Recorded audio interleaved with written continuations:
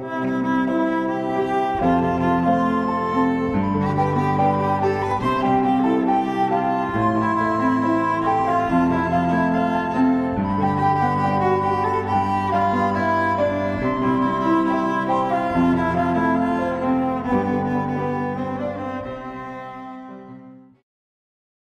Jean naquit en 1690 après Jésus-Christ dans un village près de la ville de Poltava.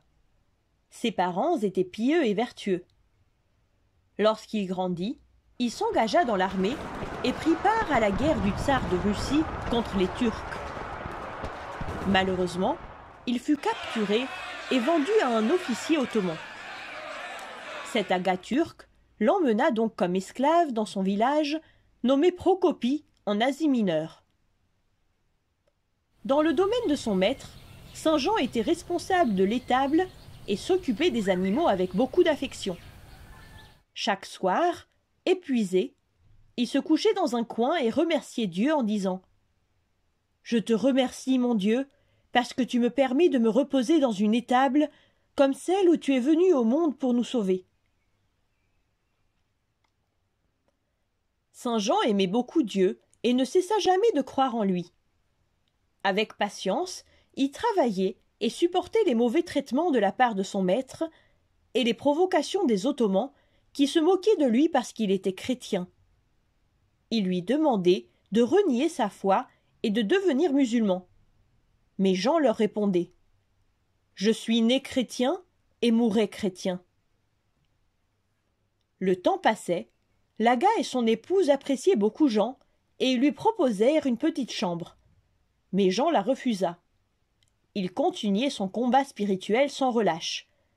La nuit, il marchait et allait prier à l'église de Saint-Georges qui était construite dans un rocher.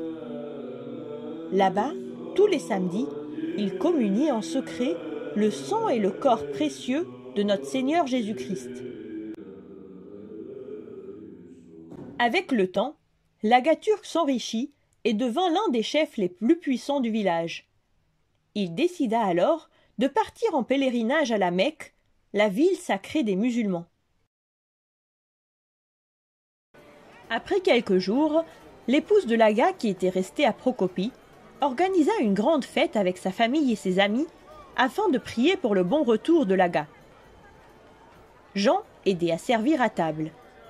L'un des plats préparés était du pilaf, le plat préféré de l'aga turc. Alors, son épouse, pensant à son mari, s'adressa à Jean. « Ah, Jean, comme cela ferait plaisir à ton maître s'il pouvait manger ce pilaf avec nous !» Jean demanda alors à l'épouse de l'aga de lui donner une assiette pleine de pilaf en lui disant qu'il l'enverrait à son maître qui était à la Mecque. Lorsque les invités l'entendirent, ils se moquèrent de lui. Mais la maîtresse de maison donna l'assiette à Jean, pensant qu'il voulait en manger lui-même ou bien l'apporter à une famille pauvre de chrétiens, comme il avait l'habitude de le faire. Jean prit l'assiette et retourna dans l'étable. Là, il s'agenouilla et pria Dieu Tout-Puissant, avec ferveur, d'envoyer le plat à son maître.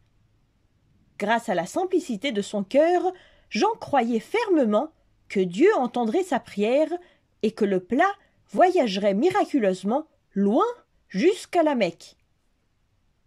En effet, l'assiette pleine disparut des yeux de Jean. Il retourna alors à table et informa la maîtresse de maison qu'il avait envoyé le repas à la Mecque. Mais les invités riaient et prétendaient que c'était plutôt Jean qui l'avait mangé. Quelque temps après, son maître rentra de la Mecque, tout en rapportant l'assiette. Quelle ne fut pas leur surprise!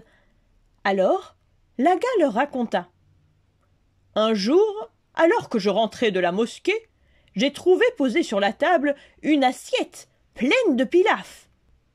Étonné, je me suis demandé qui avait bien pu m'apporter ce repas.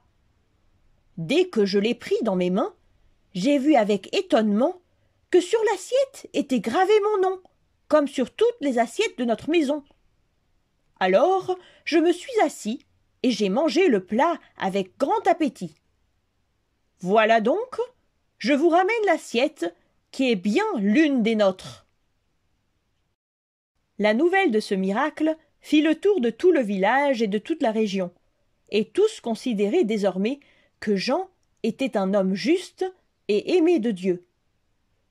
Ils le craignaient et le respectaient, et personne n'osait plus le taquiner. Le maître et son épouse appréciaient de plus en plus leur serviteur. Jean, lui, continuait à vivre comme un ascète. Comme à son habitude, il continuait à soigner les animaux et obéissait docilement aux ordres de l'agha. Quelques années plus tard, Jean tomba malade. Il était couché toute la journée sur le foin de l'étable et priait. En 1730, Jean comprit que sa fin approchait. Il demanda à communier le corps et le sang du Christ et envoya chercher un prêtre. Mais le prêtre hésita à apporter la sainte communion dans l'étable à la vue de tous, car il craignait les Turcs. Alors, avec l'inspiration de Dieu, le prêtre eut une idée. Il prit une pomme, y creusa un petit trou et y plaça la sainte communion. Puis, il alla voir le saint et le fit communier.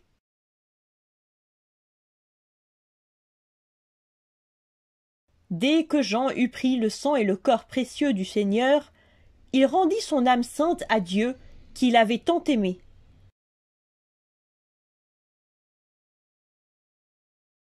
Les reliques de Saint Jean le Russe se trouvent depuis 1924 dans le village de Procopie, sur l'île de Bé en Grèce. Le saint intercède sans cesse pour nous auprès de Dieu et réalise jusqu'à nos jours de nombreux miracles. Notre Sainte Église célèbre la fête de Saint Jean le Russe le 27 mai. Écoutons le tropère du saint. Celui qui t'appela de la terre au parvis céleste, garda aussi après ta mort, ô bienheureux, ton corps intact. Toi qui fus emmené comme captif en terre d'Asie, où tu t'es uni au Christ, aux gens,